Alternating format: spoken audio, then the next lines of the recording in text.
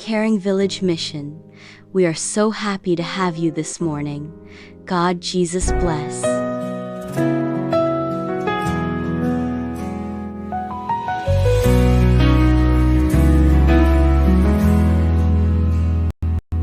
Salvation is found in no one else. Your name alone can save. Oh, our Savior.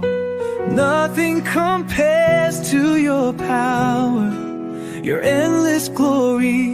By your cross, you have finished it all. The name of Jesus is lifted high. In Him we find our liberty. He is our hope, our solid rock. The name of Jesus, our sure salvation.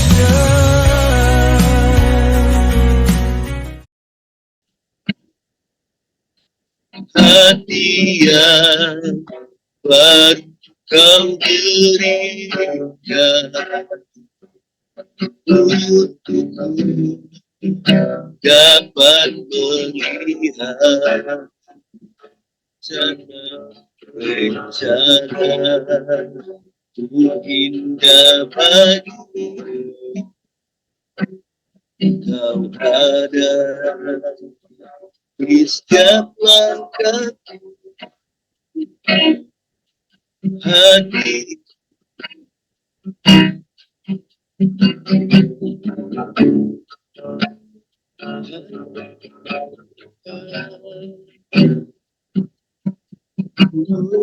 Kau segalanya, Kau segalanya.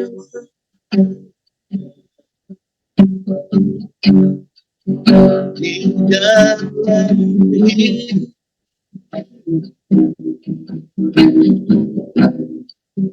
kerajaan kebenaran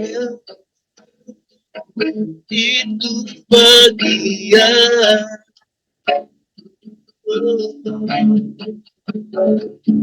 Kaulah yang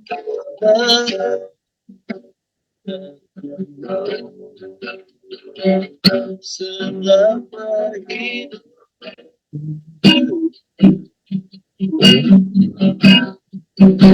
Mengasihi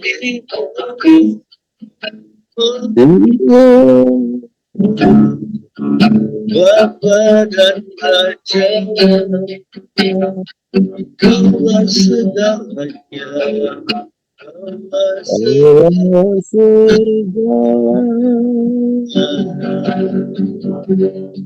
Kaulah Bapa dan Raja,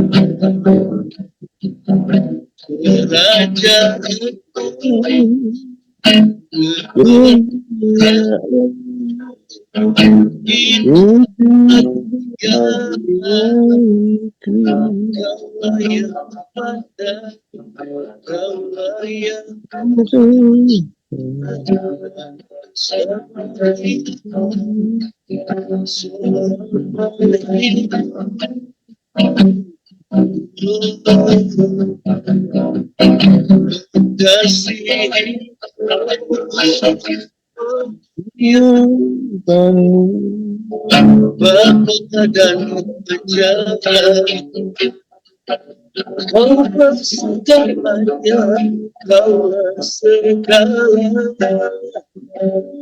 Di dalam hidup, di dalam hidup.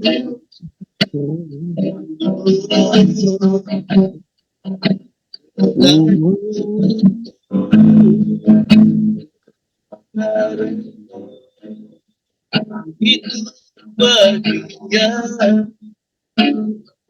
Kaulah yang sadar, Kaulah yang buka selama hidup, selama hidup.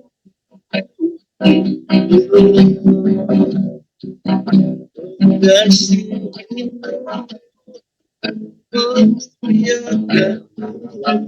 Bapa dan Raja, katakan kau segalanya, kau segalanya.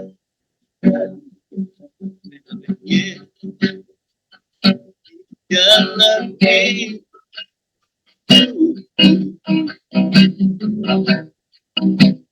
kerajaan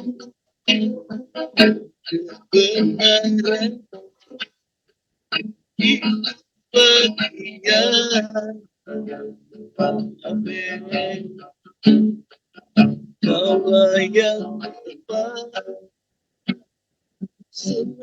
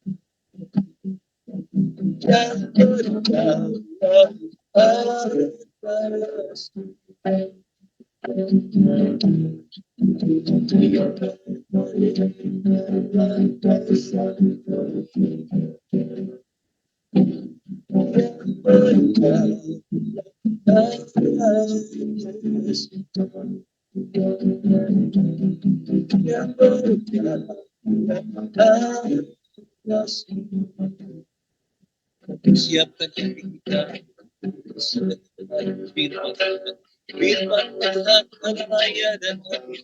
Firman tetap terjaga. Firman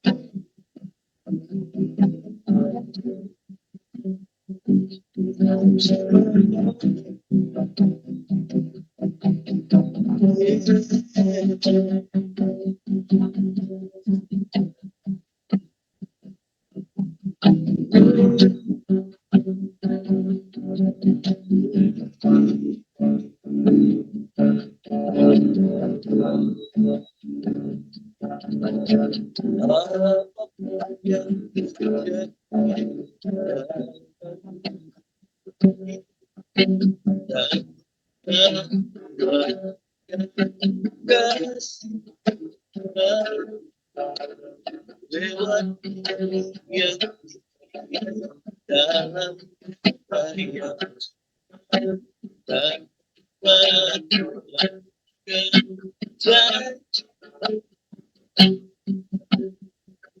kau begitu dengan Kau bersabda dan selamatkan, tiada yang bagi Yesus percaya pada kau berfirman, kau bersabda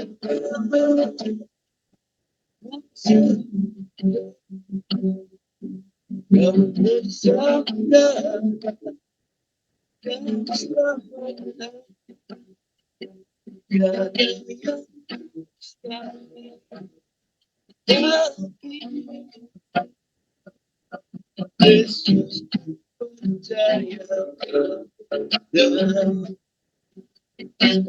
tiada yang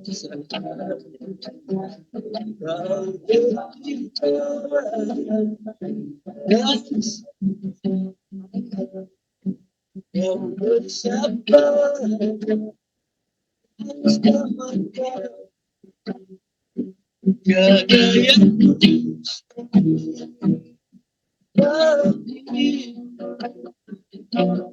Yesus percaya pada Yesus percaya pada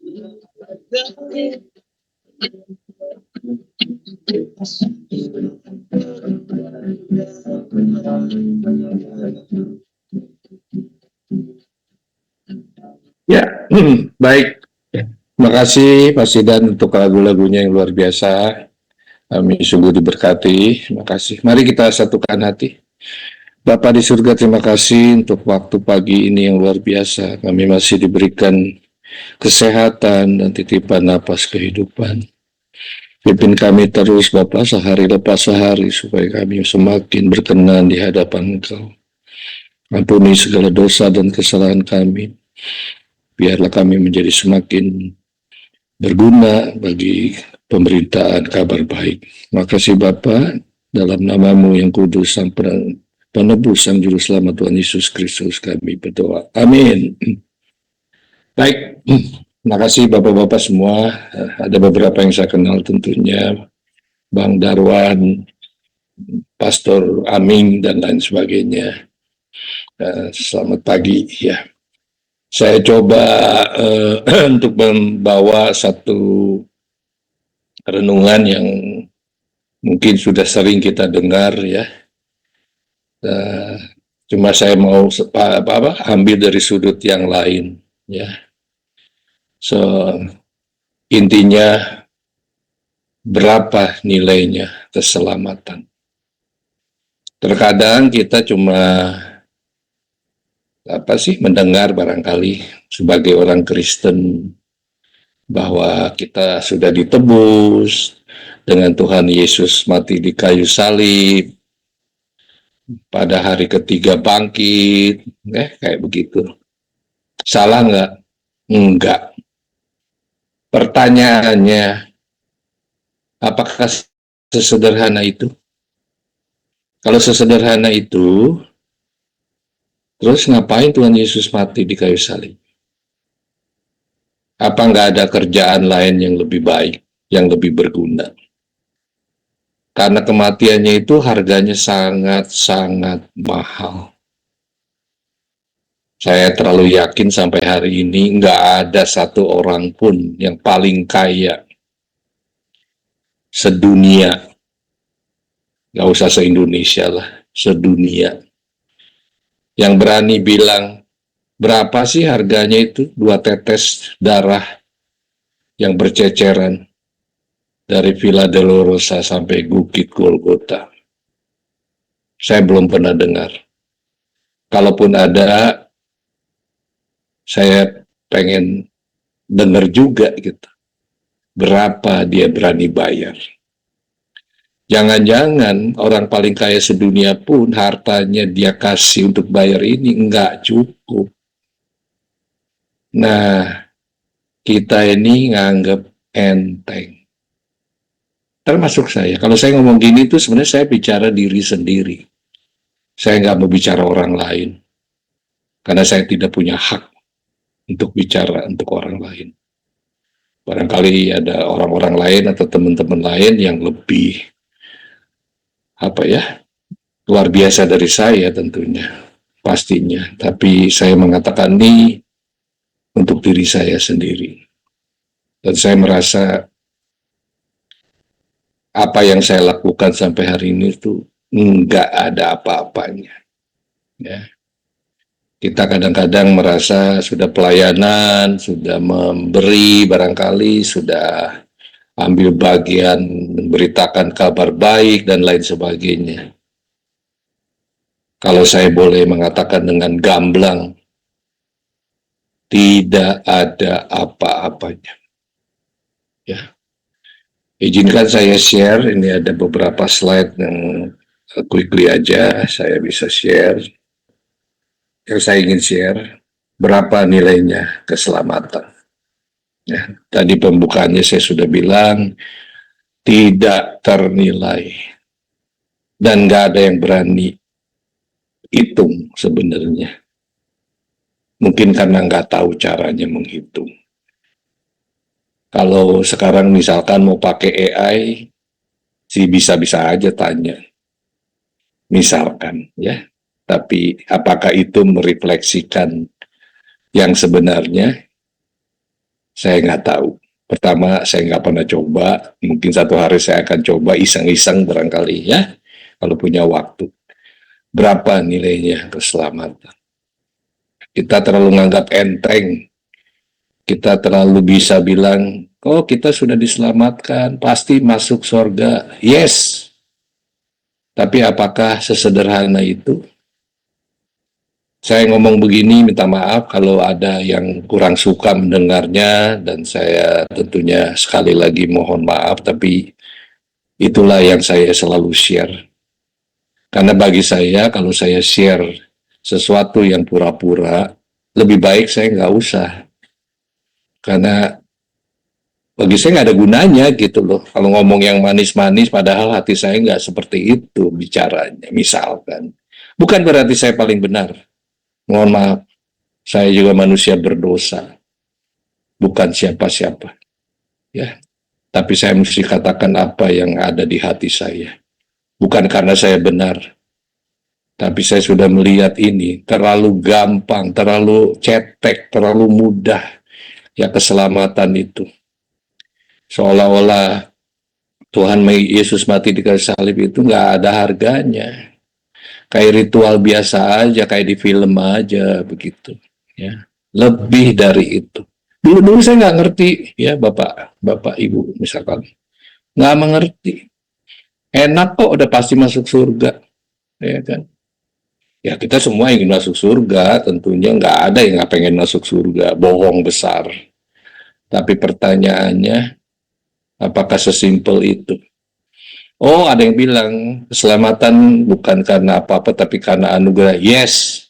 Kenapa? Karena kita nggak mungkin bisa menyelamatkan diri kita sendiri. Itu aja. Ya. Bukan karena apa-apa. Nggak mungkin kita menyelamatkan diri kita sendiri. Impossible. Ya.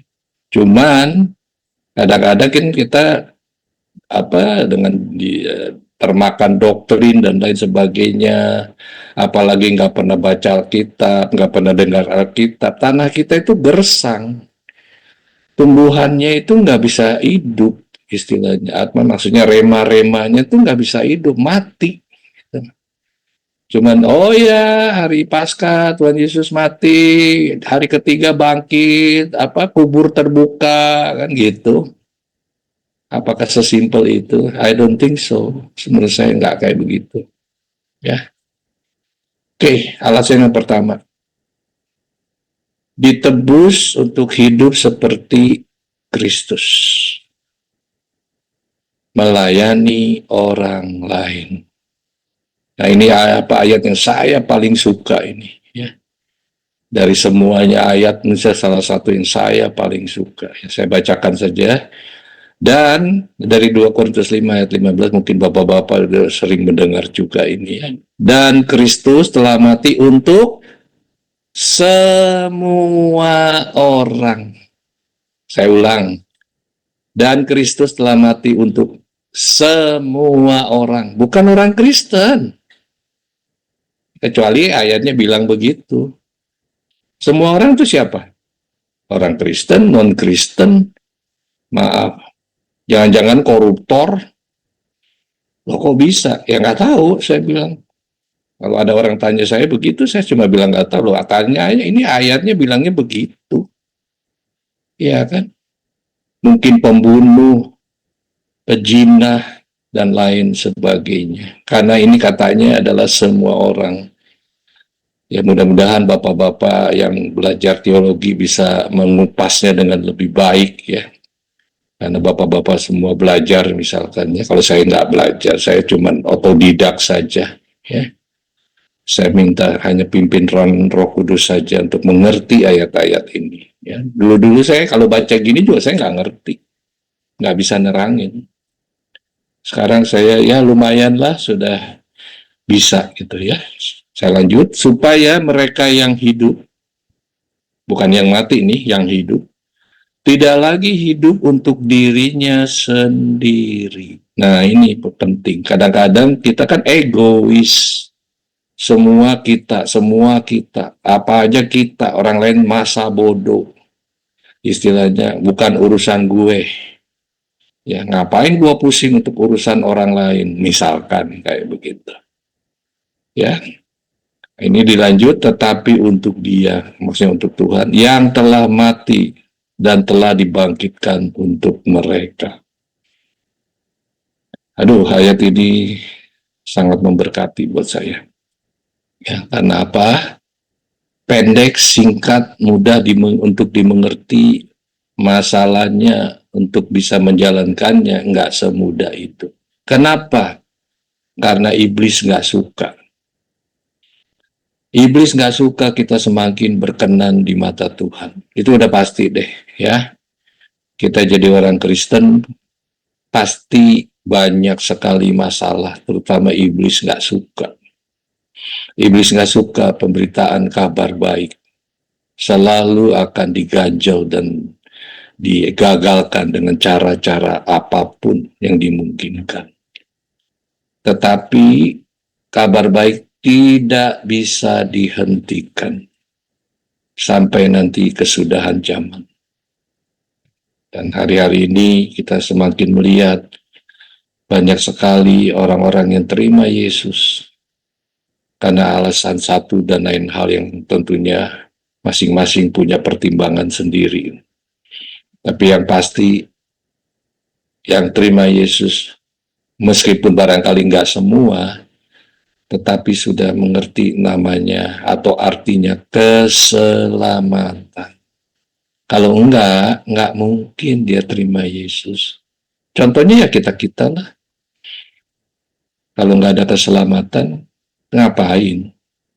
Iya kan? Nah, jadi ini yang penting ya. Namun, apa ini digarisbawahinya melayani orang lain. Bapak-bapak di ruangan Zoom ini sangat luar biasa ya. Saya sangat hormat gitu ya kepada para eksekutifnya yang luar biasa yang melayani orang tanpa pamrih ya. Dan itu yang disukai hati Allah. Kelihatannya sepele, tapi menurut saya tidak sepele. Kenapa? Karena pada umumnya orang itu cuek aja.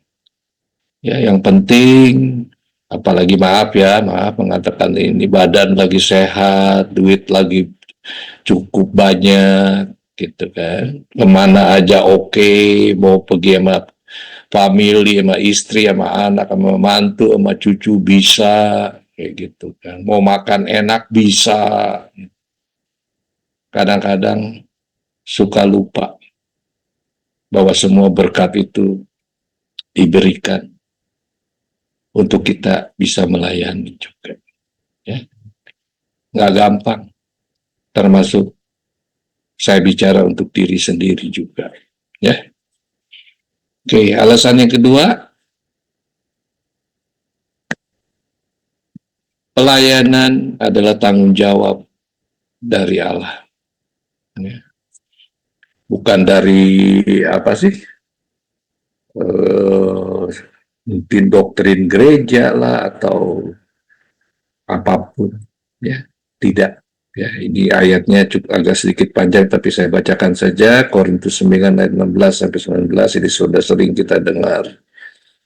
Karena jika aku memberitakan Injil, aku tidak mempunyai alasan untuk memegahkan diri. Sebab itu adalah keharusan bagiku. Celakalah aku jika aku tidak memberitakan Injil. Waduh, ini kadang-kadang serem ya. Itu katanya itu, celakalah aku. Saya terbayang dulu nggak pernah memberitakan Injil, sangat egois, ngeri kalau saya udah tahu ayat ini. Cuman waktu itu nggak pernah baca, ya jadi nggak tahu. Salah siapa? Salah saya. Kalau saya tahu, saya akan ngeri sekali ini. Ya, celakalah aku. Jarang sekali ayat di Alkitab yang menulis seperti ini. Ya, cukup ngeri. Saya lanjut, kalau andai kata aku melakukannya menurut kehendakku sendiri, memang aku berhak menerima upah. Tetapi karena aku melakukannya bukan menurut kehendakku sendiri, pemberitaan itu adalah tugas penyelenggaraan yang ditanggungkan kepadaku. Artinya apa? Kita punya tanggung jawab dan harus ambil bagian. Nah, saya lanjut. Kalau demikian, apakah upahku? Ya kan? Boleh dong bertanya. Upahku ini ialah ini, bahwa aku boleh memberitakan Injil tanpa upah, dan bahwa aku tidak mempergunakan hakku sebagai pemberita Injil.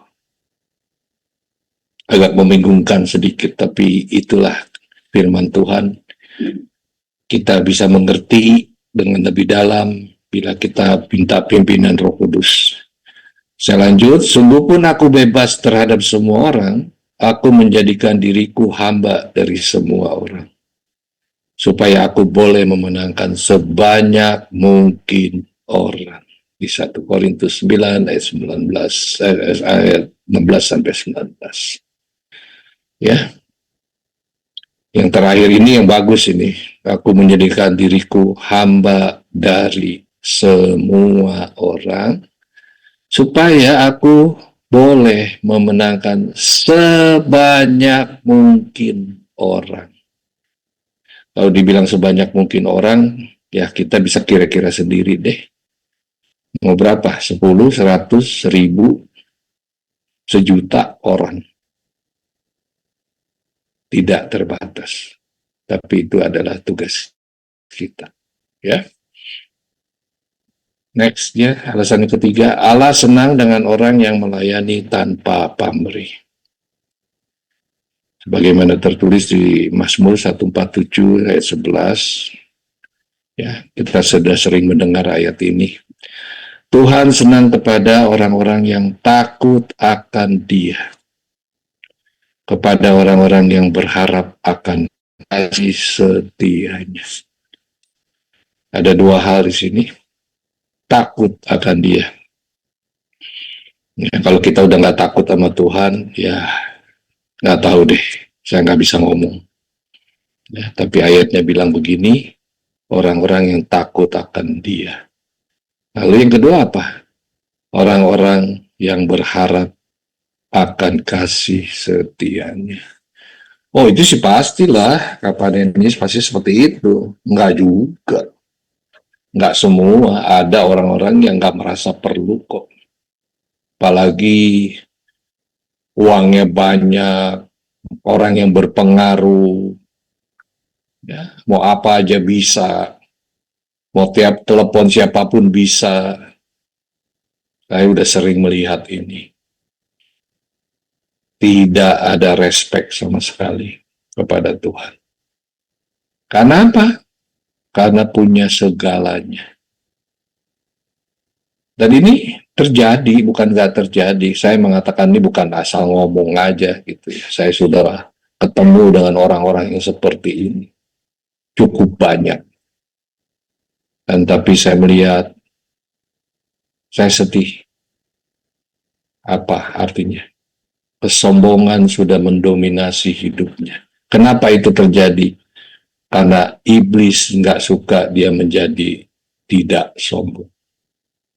Wah, kok iblis terus yang disalahkan? Iya, memang kenyataannya. Kalau nggak nyalain siapa? Atau iblis dianggap benar? Ya nggak apa-apa juga. Bagi saya, iblis adalah aktor yang sungguh bisa menghancur, leburkan hidup kita tanpa ampun. Ya, cukup jelas ya saya kira ya.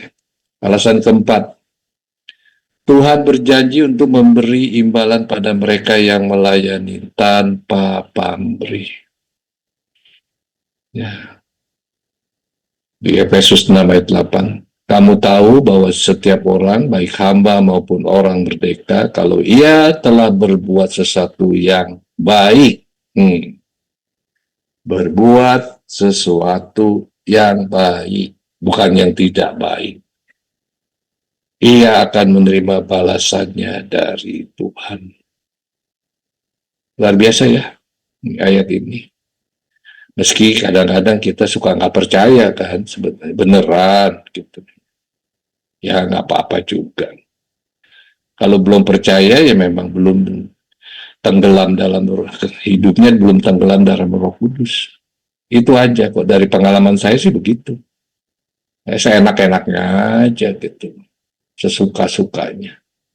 Ya, tapi begitu hidup kita tenggelam dalam Roh Kudus, maka hidup kita akan berbeda. Sangat-sangat berbeda. Yang kadang-kadang kita kalau melihat ke belakang kita suka malu sendiri ya. Kenapa? Kita terlalu banyak buang waktu untuk hal-hal yang enggak berguna sebenarnya.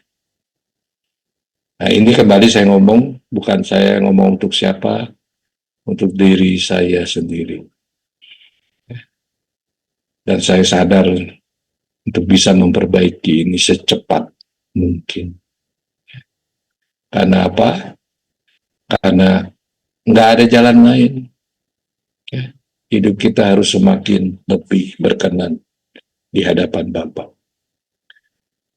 Oke, alasan berikutnya yang kelima, memohon belas kasihan Tuhan pada saat kita jatuh dalam dosa.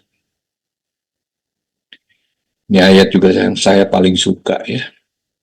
Salah satu ayat yang saya paling suka ya. Ya makanya kalau saya bilang di sini memohon belas kasihan saat kita jatuh dalam dosa, udah jatuh dalam dosa nggak memohon belas kasihan ya namanya kurang ajar. Itu aja. Nggak ada kata lain. Ya mungkin saya mesti bungkus dengan kata-kata yang lebih manis barangkali didengarnya, tapi kan toh kita semua saudara. Ini bukan di ruangan terbuka, ya. Kalau mau marah kepada saya juga silahkan saja. Ya. Dan saya akan terima dan saya akan mohon maaf. Ya. Tapi saya mesti ngomong apa adanya. Ini ayatnya ya, Yeremia 10, ayat 24, sering kita dengar ini. Hajarlah aku ya Tuhan, aduh, kita yang minta loh. Hajarlah aku ya Tuhan. Tapi ini yang keren. Tetapi dengan selayaknya. Saya ulang, tetapi dengan selayaknya. Terus kadang-kadang saya suka ngobrol sama teman, kita lagi ada pendalaman Alkitab, maksudnya apa ya? Katanya. Dihajar tapi dengan selayaknya, gitu. Kenapa nggak dihajar dengan habis-habisan misalkan? Tuhan nggak begitu. Kita manusia pikirannya kayak begitu. Kalau bisa kita hantam orang habis, kita habisin. Tapi kita bukan Tuhan. Ya. Tuhan tentunya punya cara yang berbeda. Ya. Makanya dia disebut Tuhan. Ya. Saya lanjutkan, jangan dengan murkamu. Supaya aku jangan kau binasakan. Kadang-kadang ayat ini bisa juga bikin kita jadi serem. Tapi juga bagus sebenarnya. supaya kita terus diingatkan. Ya. Saya ulang pelan-pelan ayat ini sangat memberkati saya. Hajarlah aku ya Tuhan, tetapi dengan selayaknya. Nah, layaknya ini kita semua yang hadir ini mengertinya juga akan beda-beda. Ada yang dalam, ada yang biasa, ada yang lebar barangkali, ada yang tinggi atau apa. Ya nggak apa-apa. Kita masing-masing punya cara berpikir yang berbeda. Tapi yang penting ini adalah jangan dengan murkamu. Maksudnya murka Tuhan, ya. Kemarahan Tuhan. Supaya aku jangan kau binasakan. Ini ayat keras, tetapi saya suka, ya, karena kita akan terus diingatkan untuk hal-hal yang benar. Ya. Alasan yang keenam, Allah tempat kita berlindung. Ini juga salah satu ayat kesukaan saya, ya. Nahum 1 ayat 7. Mungkin Bapak-Bapak udah sering mendengar juga, Bapak Ibu sekalian. Kalau Nahum 1 ayat 7, demikian firman Tuhan. Tuhan itu baik. Yes, pasti. Nggak mungkin Tuhan itu tidak baik. Ia adalah tempat pengungsian pada waktu kesusahan. Saya ulang. Ia adalah tempat pengungsian pada waktu kesusahan, bukan pada waktu kita happy-happy. Ya, nggak perlu pengungsian kita. Kita kalau lagi happy, kadang-kadang suka lupa Tuhan kok. Dianggap Tuhan tuh ban serep aja. Tapi di sini ayatnya menyebut tempat pengungsian pada waktu kesusahan. Nah, ini yang paling penting. Ayat kalimat berikutnya. Ia mengenal orang-orang yang berlindung kepadanya. Saya mengertinya kalau kita nggak berlindung kepada Tuhan, Tuhan nggak mengenal kita. Sesederhana itu. Masa sih? Ya nggak tahu. Saya cuman mengerti dari ayat. Saya bukan mengerti dari diri saya sendiri. Ya, tapi ayat ini sangat jelas, sangat sederhana. Ya. Mengungsi pada saat kesusahan, keren kan? Kita punya pengungsian paling tidak pada saat kita lagi susah. Kedua, mengenal, berlindung. Orang yang berlindung kepada Tuhan, Tuhan mengenal. Kalau kita nggak berlindung kepada Tuhan, Dia tidak kenal kita. Lo pasti dong. Ya, lu siapa katanya? Lu kan nggak minta perlindungan. Ya kan nggak tahu gitu. Saya nggak kenal engkau. Kan begitu. Kalau dengan bahasa sederhana. Ya. Nah ini nih pengadilan Kristus. Ini saya sedikit mau menjelaskan ya mengenai yang sering kita dengar dengan aliran hyper grace atau radical grace. Dosa kemarin, dosa hari, dosa masa depan sudah selesai. Saya dulu-dulu gak mengerti, seneng-seneng aja gitu kan. Udahlah enak lah. Terus makin lama saya makin mengerti lah kalau kayak begitu. Ngapain lagi saya ke gereja? Ngapain lagi saya dengar firman Tuhan? Ngapain lagi saya ikut doa pagi kayak begini? Misalkan gitu dong. Orang udah beres kok. Tetapi ternyata makin lama makin mengerti. Logikanya aja udah nggak masuk. Jangankan apa? Logika. Apa nih yang saya sebut logika? Dosa kemarin, dosa hari ini sudah selesai, saya mengerti. Oke? Saya paham. Tapi dosa masa depan yang saya belum lakukan, masa udah selesai? Oh, ada yang bilang begini. Tapi kan Tuhan tahu nanti di depan mau lakukan apa dosa kita. Iya, saya paham. Saya bilang, tapi kan belum dilakukan. Kenapa bisa diampuni? Alasannya apa? Ya itu kan pikiran lu sebagai manusia, katanya Dennis. Katanya. Tuhan kan cara berpikirnya lain. Loh, saya bilang ini kan nggak bicara Tuhan. Ini bicara doktrin. Saya bilang, doktrin itu siapa yang bikin? Saya bilang. Nah, kalau ada yang kayak begini dengar dan mau marah sama saya, silakan. Maki saya aja, nggak apa-apa. Bukan saya lebih benar, tapi saya marah. Karena apa? Melecehkan Tuhan. Kenapa? Ya ini ada ayatnya nih. Bukan saya yang ngomong. 2 Korintus 5 ayat 10. Banyak yang nggak suka dengar ayat ini. Nggak apa-apa. Sebab kita semua harus menghadap tahta pengadilan Kristus. Kita semua harus menghadap. Nggak ada kecuali. Loh kok bisa? Loh itu ayatnya yang bilang kok. Bukan saya. Sebab kita semua harus menghadap tahta pengadilan Kristus. Supaya setiap orang memperoleh apa yang patut diterimanya. Sesuai yang dilakukannya dalam hidupnya ini. Baik ataupun jahat. Kalau saya sangat mendalami ayat ini dan saya sangat setuju. Kenapa saya setuju? Karena kalau nggak punya pegangan ini, ayat ini, hidup saya bisa seenak-enaknya.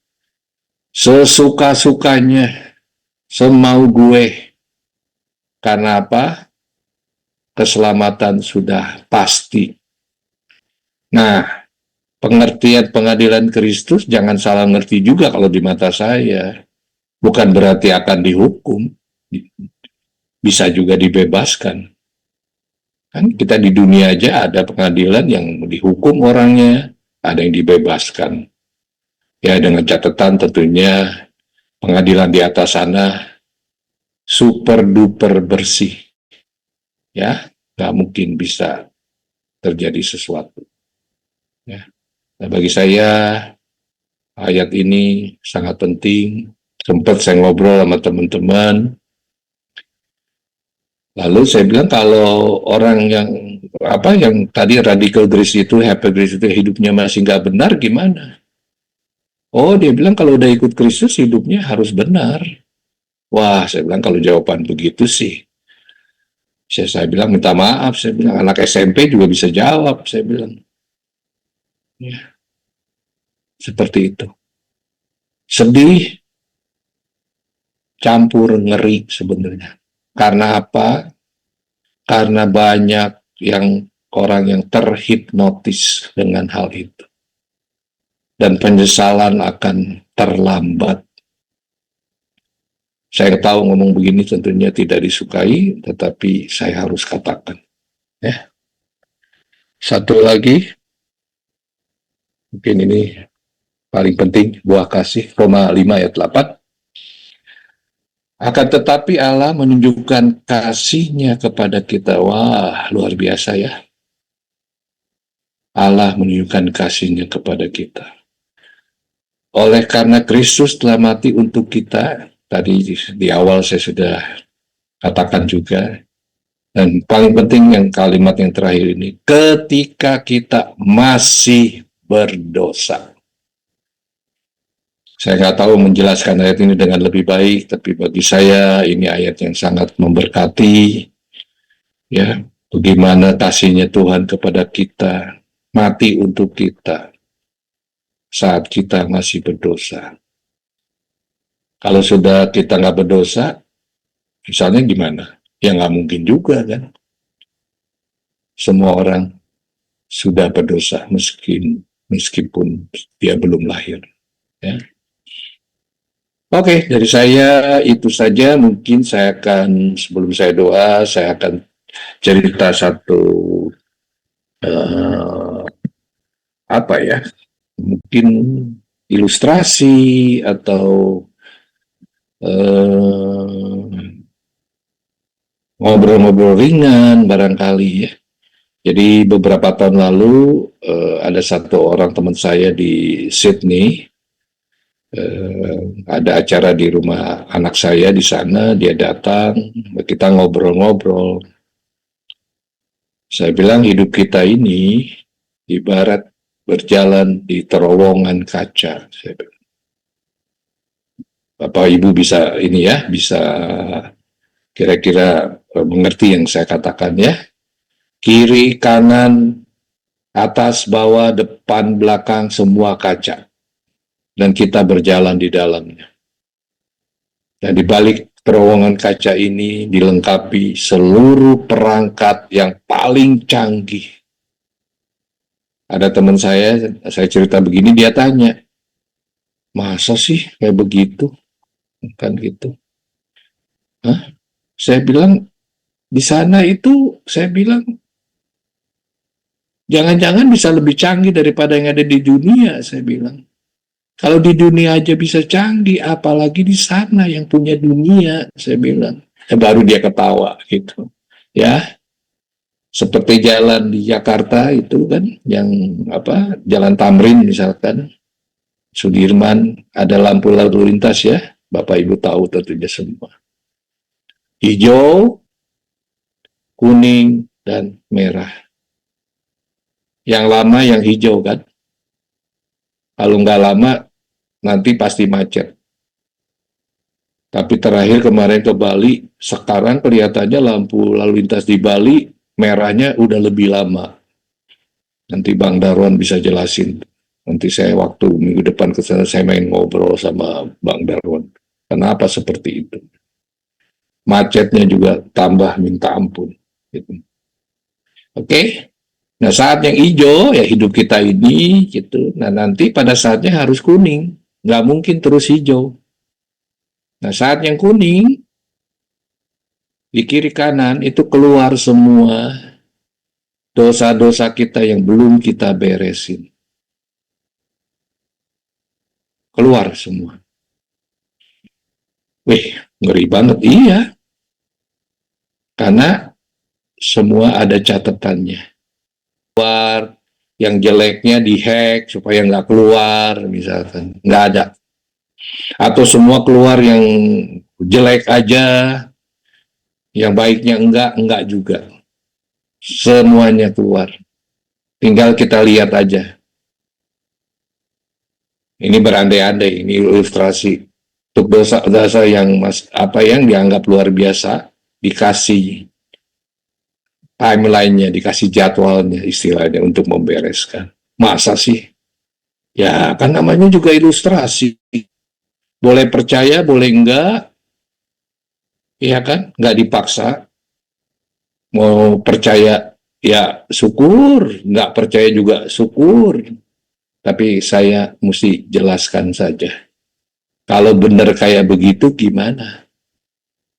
Nah udah dikasih kesempatan dan pasti akan merah lampunya. Ya.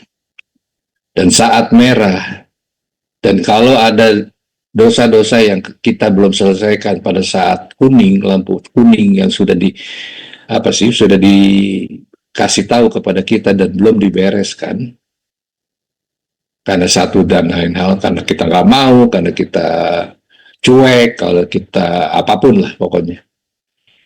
Keluar semua. Nggak ada yang luput. Tinggal berapa banyak.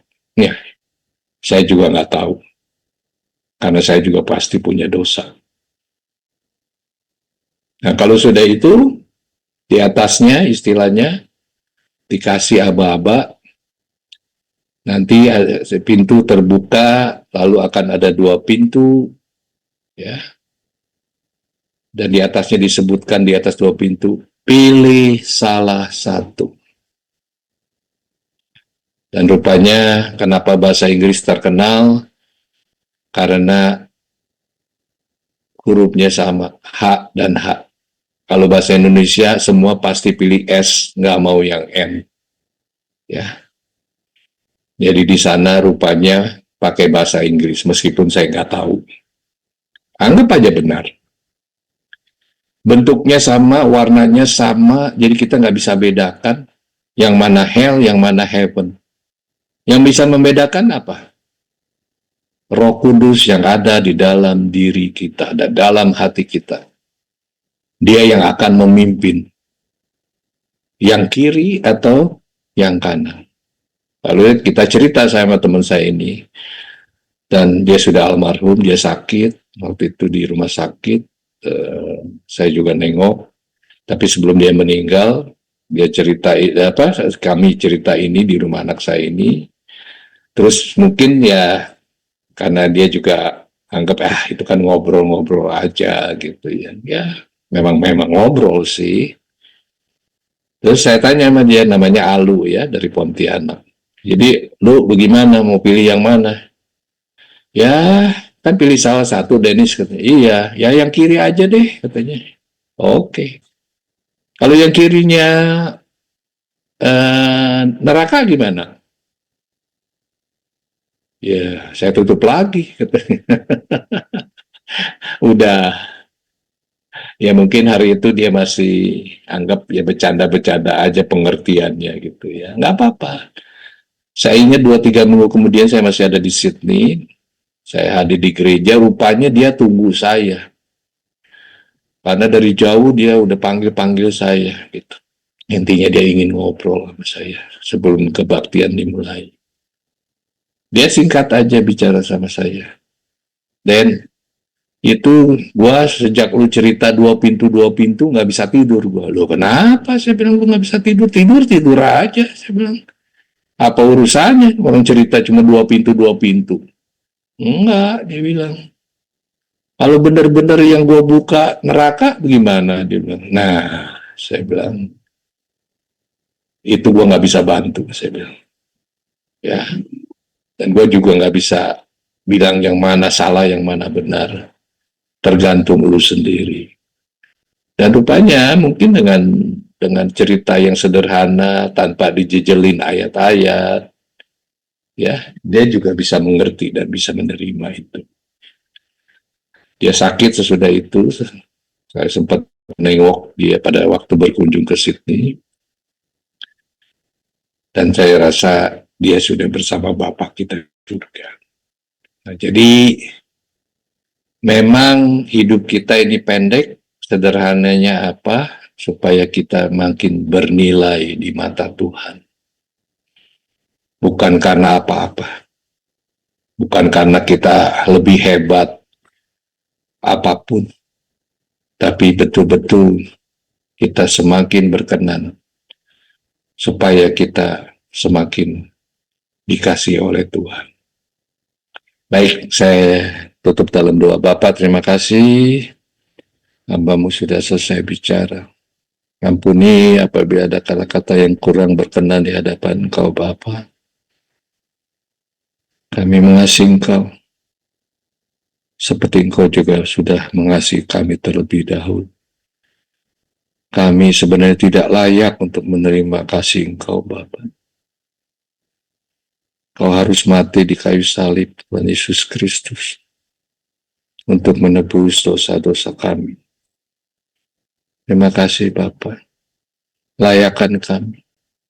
Ubah kami supaya kami bisa lebih mengerti bahwa kematian Engkau adalah bukan barang murah. Kematian Engkau adalah sangat tidak ternilai. Berapapun. Terima kasih Bapa. Kami mengasihi Engkau. Dalam nama-Mu yang kudus, Sang Juru Selamat, Sang Penebus Tuhan kita, Yesus Kristus. Amin. Bye.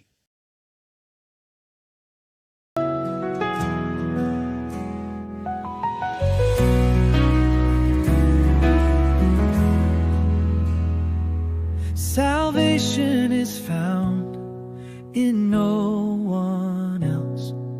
Your name alone can save. Oh, our Savior.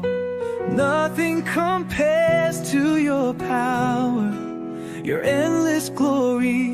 By your cross, you have finished it all. The name of Jesus is lifted high.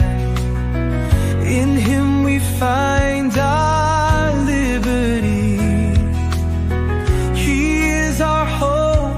our solid rock. The name of Jesus, our sure